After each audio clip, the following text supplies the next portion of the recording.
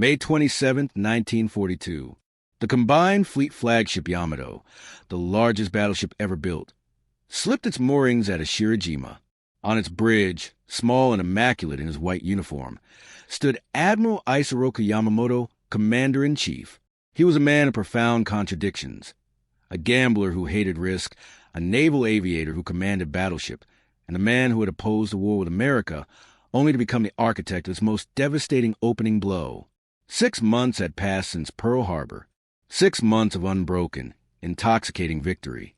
The Kido Butai, Nagumo's carrier strike force, had swept the Pacific and the Indian Ocean, sinking British carriers, smashing Allied fleets, and proving Japanese naval aviation was invincible. But Yamamoto was not intoxicated. He was anxious.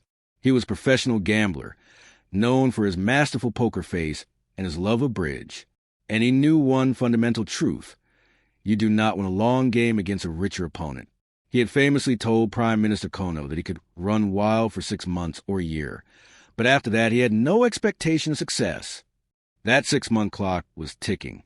He knew Japan's only hope was not to conquer America, but to break its will. He needed one final, shattering victory, a battle so decisive that a war-weary America would be forced to the negotiating table, leaving Japan its new empire. He needed a decisive battle, the Kessen, which had been the dream of the Japanese Navy for a generation. But the American carriers, Enterprise, Hornet, Yorktown, were still out there. They were ghosts, striking and fading, refusing to be drawn into his trap. On April 18th, they had committed the ultimate sacrilege, the Doolittle Raid. Bombs had fallen on Tokyo itself. The raid did almost no physical damage, but the psychological damage to the high command was absolute. The emperor had been endangered. Yamamoto's reputation was stained. He had failed to protect the homeland. This shame became his greatest weapon. The skeptical, cautious general staff, who had previously resisted his Midway plan, now embraced it. They wanted blood. They wanted revenge.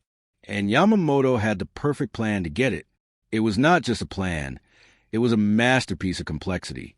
It was a gambler's throw, a complex algorithm of feints, diversions, and overwhelming force. It involved virtually every ship in the Japanese Navy, divided into 8 separate task forces, all moving in secret, all converging on a tiny atoll in the middle of the Pacific.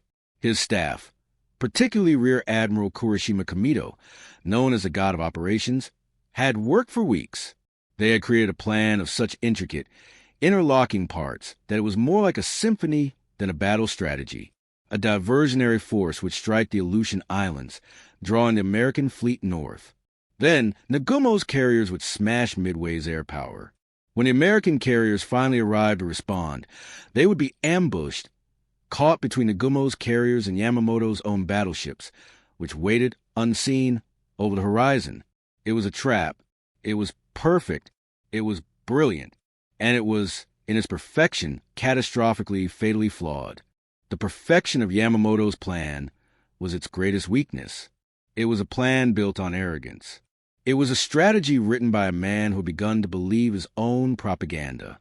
The entire complex operation, the feints, the diversion, the 8 separate task forces, rested on one single, unspoken, and fatal assumption, that the Japanese were the only intelligent players on the board. Yamamoto's plan assumed the Americans were predictable. It assumed they were stupid. It assumed they would react exactly as Japanese doctrine said they should. He assumed the Aleutian diversion would work. He assumed the Americans had no idea Midway was the true target. He assumed he knew where the American carriers were, when in fact, he had no idea. But his most catastrophic assumption was that his communications were secure. Yamamoto, the gambler, was playing a high-stakes poker game, but he didn't know that his opponent could see every card in his hand. In a basement room in Pearl Harbor, a group of American cryptanalysts led by a brilliant, eccentric commander named Joseph Rockefort had done the impossible. They had broken JN 25, the Japanese Navy's operational code. While Yamamoto's admirals were busy planning, Rockefort's team was reading their planning. They weren't just guessing, they were listening. In mid-May, they intercepted the stream of messages detailing the new offensive. They saw the code name AF. They were almost certain AF meant Midway. To confirm it, they set their own trap. They had the Midway garrison broadcast an uncoded, false message, reporting that their water purification system was broken. 2 days later, a Japanese intercept from a high-level command post was decrypted. It read, AF is short on fresh water.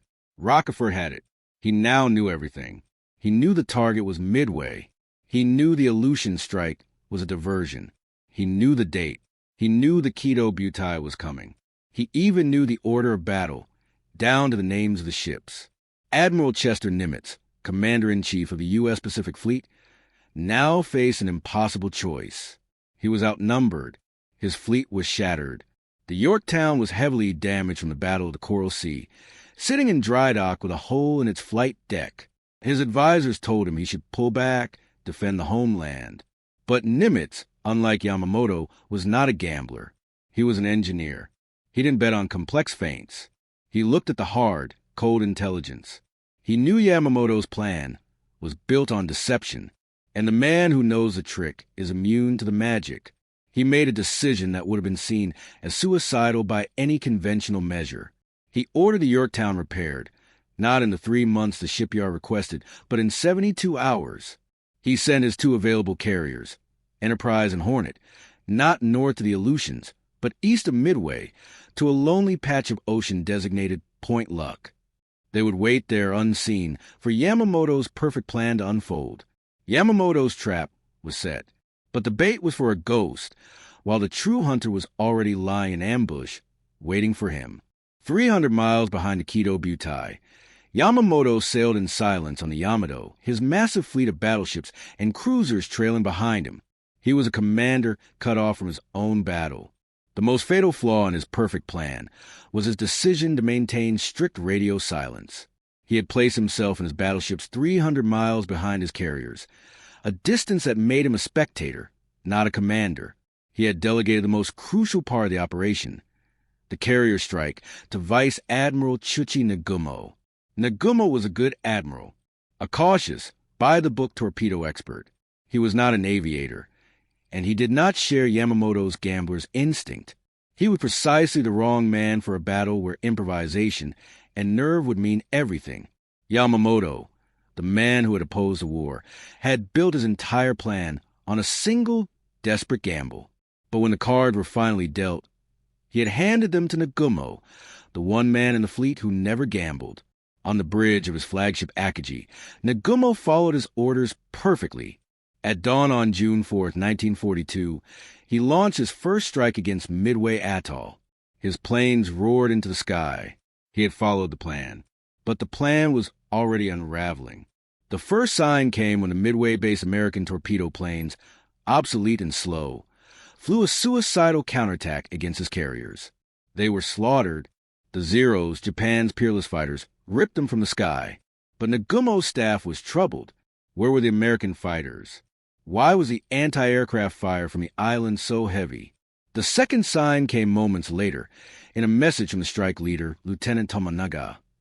There is need for a second attack. The Midway Air Base had not been knocked out. The plan had failed in its first 10 minutes. Nagumo now faced the classic carrier admiral's dilemma. His bombers were returning, needing to be rearmed. His torpedo planes were already armed with torpedoes, ready for American ships, should any appear. But no American ships had been found. His scout planes, launched late and in a piecemeal fashion due to faulty catapults, reported only empty ocean. The perfect plan had insisted the American carriers were far away, perhaps in the Aleutians, perhaps still in Pearl Harbor. Nagumo made a logical, cautious, by-the-book decision. He could not leave the Midway Air Base intact. To attack his fleet, he gave the order that would seal his fate. Rearm all planes. Change torpedoes to land bombs. On the hangar decks of his 4 carriers, Akagi, Kaga, Soryu, and Hiryu, the crews began the slow, agonizing 40-minute process. Thousands of pounds of high-explosive torpedoes were wheeled back to the magazines, and bombs were brought out. The hangar decks became a chaotic arsenal of exposed ordnance, fuel lines, and exhausted men. And then, just as the rearming was at its peak, the third and final sign appeared. A frantic message from a late-launch scout plane. Sight what appears to be 10 enemy ships, position 10 degrees, 240 miles from Midway. Nagumo's blood ran cold. The Americans weren't in Aleutians. They were here, right where the perfect plan said they couldn't possibly be. On the bridge of the Akagi, a furious, panicked debate erupted. The perfect plan had no contingency for this. It was a scenario that arrogance had forbidden. Nagumo was now trapped by his own admiral's logic. He had planes on his hangar decks being armed with bombs, planes on his flight deck being recovered from the Midway strike, and an enemy carrier fleet right in front of him. Commander Minoru Genda, Nagumo's brilliant air operations officer, the man who had largely planned Pearl Harbor, was frantic. He urged Nagumo to strike immediately. Launch. Launch all planes now. Even with land bombs, they can cripple them. We must strike first. But Rear Admiral Rhino Tsukasaka, Nagumo's cautious chief of staff, argued back. We cannot. Our Midway strike force is circling overhead, low on fuel. They will crash into the sea if we do not recover them. We must recover, rearm, and then launch a proper, coordinated attack. It is the only way. It was a choice between two nightmares. To launch now meant sacrificing the veteran pilots of his first strike. To wait meant giving the Americans 30, perhaps 40, priceless minutes.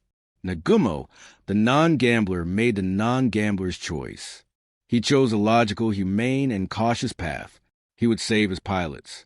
He would recover his planes. He would rearm his entire force with torpedoes and armor-piercing bombs. And then he would launch a single, perfect, coordinated strike that would annihilate the American fleet. He gave the order. Recover strike force. Then rearm all planes for anti-ship operations. It was the most logical, the most professional, the most wrong decision of the entire war. At that moment, 300 miles away, Yamamoto sat on a Yamato, blind and deaf, sipping tea, still believing his perfect trap was closing. He had no idea that his plan had just created a 30-minute window of absolute, mortal vulnerability for his Kido Butai.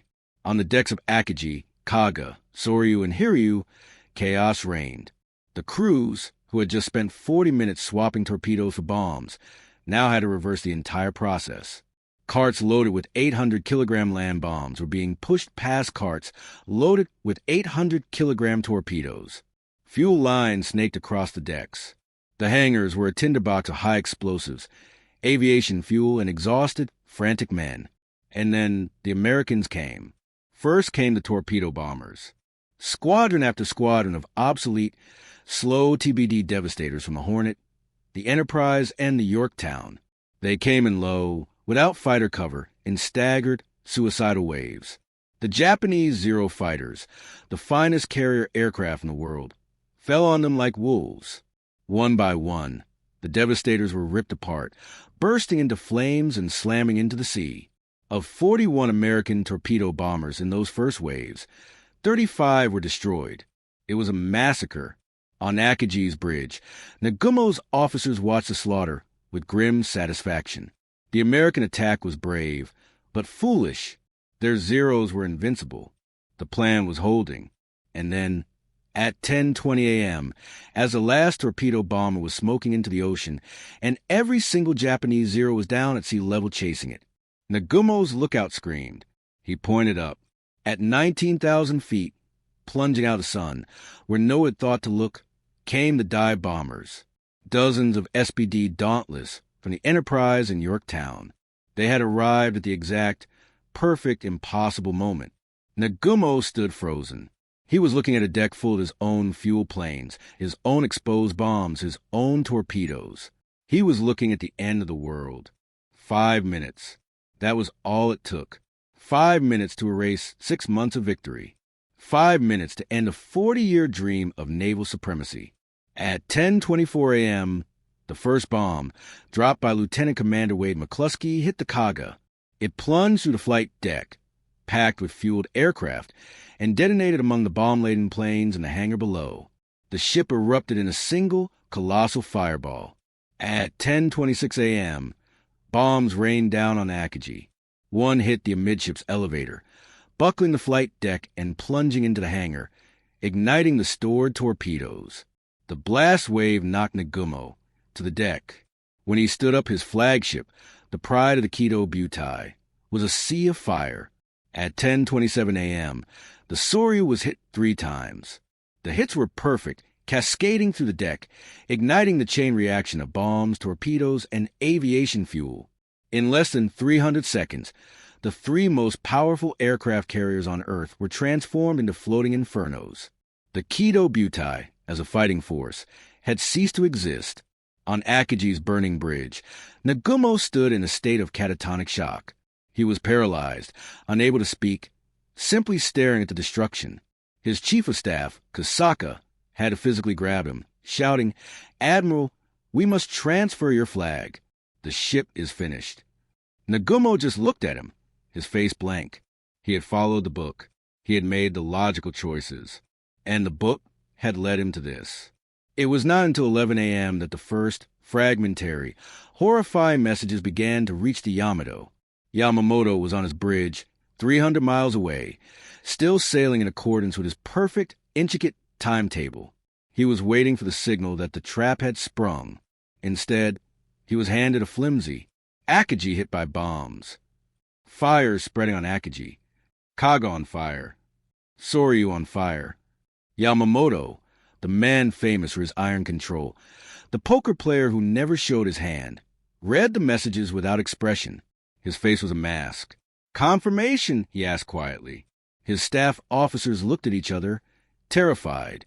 "Communications are disrupted, Admiral, but multiple reports indicate heavy damage to at least 3 carriers." Yamamoto nodded slowly. He walked to the chart table and stared at the map. He stared at the positions of his ships, the confident arrows he himself had approved, the Aleutian feint, Nagumo's strike force, and his own powerful surface fleet, the main body, trailing 300 miles behind. He had designed his perfect plan to have his battleships be the executioners, arriving just in time to finish off a crippled American fleet. Now, as the reports of burning carriers came in, he was struck by a single, terrible mathematical certainty. He was 300 miles away, 8 hours of steaming.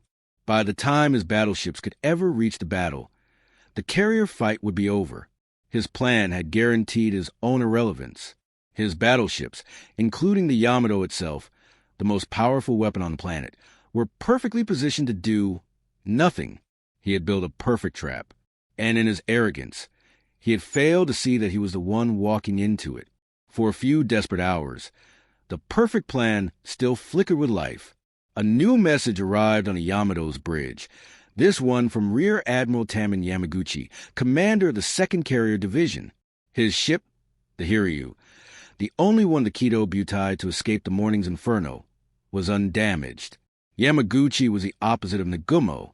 He was a fiery, aggressive, brilliant aviator, the epitome of the carrier admiral. He was, in temperament, far more like Yamamoto himself. At 10:54 a.m., acting on his own initiative, Yamaguchi launched his strike. All aircraft attack. Follow me. His planes found the American carrier Yorktown and, in 2 separate waves, hit it with bombs and torpedoes, leaving a crippled, burning wreck. When this news reached Yamamoto, it was a shot of adrenaline. The gambler in him surged. This was a decisive battle. The Kessin could still be won. Perhaps the Americans had only 1 carrier left. If Yamaguchi could sink Yorktown, and Nagumo's other carriers could be saved.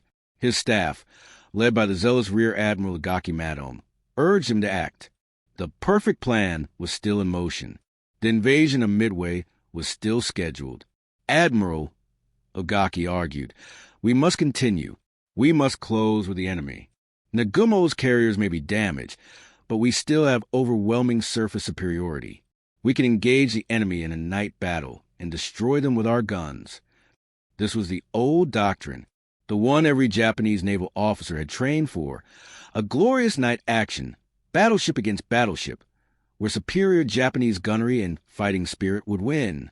Yamamoto was tempted. The Yamato itself, with its monstrous 18.1-inch guns, was built for this very moment. He gave the order for his fleet to increase speed, to charge toward the coordinates where the battle was raging, to force the night action that might still save them. And then at 5:03 p.m., the final fatal message arrived. It was from the Hiryu. AM under attack by enemy carrier planes. Fire spreading. Yamaguchi's lone carrier, having bravely revealed its position, had been found by dive bombers from the Enterprise. It was hit, gutted, and set ablaze, just as its sisters had been. When Yamamoto read this, the last flicker of the gambler's hope died. It was replaced by the cold, black, horrifying certainty of the mathematician. He looked at his staff. He looked at Agaki, still demanding a night battle. And for the first time, Yamamoto saw his perfect plan for what it was, a fantasy. He was the foremost expert on naval aviation in the Japanese Navy. He knew what this meant. A night battle? What was Agaki talking about? The Americans wouldn't come to a night battle. They didn't need to. They still had, at a minimum, 2 fully operational carriers, the Enterprise and the Hornet. Yamamoto looked at his chart. His battleships were still hours away. The Americans could simply stand off outside the range of his guns and wait for the sun. At dawn, they would launch their planes. And his battleships, his cruisers, his destroyers, including the Yamato itself, would be nothing but 70,000-ton targets. They had no air cover. They would be slaughtered from the air, just as the Prince of Wales and the Repulse had been. His perfect, complex, multi-pronged operation had failed. It had scattered his forces, blinded his commanders, and led his peerless carrier force, the Kido Butai, to its death. The Kessin, the decisive battle, had indeed happened, and he had lost it. On the bridge of the Yamato, the men waited. They were poised for the glorious charge. And then at 2:55 a.m. on June 5th, Yamamoto gave the order. Cease the operation. All forces withdraw to the northwest. His staff was thunderstruck. Rear Admiral Agaki, his face pale with rage, confronted his commander. Admiral, the enemy is in range. Our fighting spirit is high. We must engage them. This is cowardice. Yamamoto turned, and for the first time his control slipped. His voice was like ice. Admiral Nagumo no longer has a force to command, he said, cutting off Agaki. His carriers are at the bottom of the ocean. The enemy still has carriers. What exactly do you propose we do? Do you wish to show them our battleships? They will be sunk by dawn. The operation is over. A funereal silence fell over the bridge. The Yamato, the greatest battleship in the world, built for a decisive battle that would never come, turned its rudder. It was no longer a hunter. It was a refugee, fleeing a battlefield it had never even seen. Yamamoto dismissed his staff and stood alone. The mask of the poker player was gone. He was now just a man, facing the consequences of a gamble he knew he should never have taken. His perfect plan was a masterpiece of Japanese naval thought. It was complex, it was elegant, it was intricate, and it was predictable. He had assumed the Americans would follow his script, that they were pawns on his board. He had forgotten the first rule of war. The enemy is also a thinking, intelligent, and dangerous player. He had built a plan so complex that it had no room for error, no room for chance, no room for the enemy to do the one thing he hadn't planned for. He had built it on arrogance, and it had shattered on the rock of American intelligence. What did Admiral Yamamoto say when he realized his perfect plan had failed? He said almost nothing. He did not rage. He did not weep. He did not make excuses. He simply retired to his cabin. A junior officer, passing the door, later reported hearing the Admiral's voice, very faint, practicing his calligraphy, reciting a classic poem. But the words that truly mattered were the ones he had spoken 6 months before, the ones that now returned to haunt him, the ones that were his final, terrible judgment on himself. I can run wild for 6 months. After that, I have no expectation of success. It had been 6 months, almost to the day. The other admirals, like Nagumo, would blame fate or American luck, or the 1-in-a-million dive bomber strike. Yamamoto knew better. He was a mathematician. He was a gambler. He knew this wasn't luck. This was inevitability.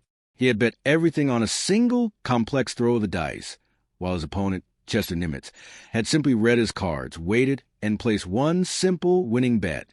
When his staff, desperate to understand, finally checked on him, they found him sitting at his desk, staring at a photograph of the Keto Butai at Pearl Harbor, their decks crowded with aircraft, their flags flying invincible.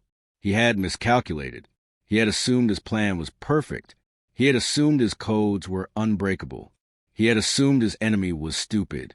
He had lost 4 carriers, 3,000 men, and the offensive war in a single morning. And in that moment, in the silence of his cabin, Yamamoto, the architect of Pearl Harbor, the man who had opposed the war, said the only thing that was left to say. He acknowledged his own prophecy. The 6 months were up. The gamble had failed, and Japan had just lost the war.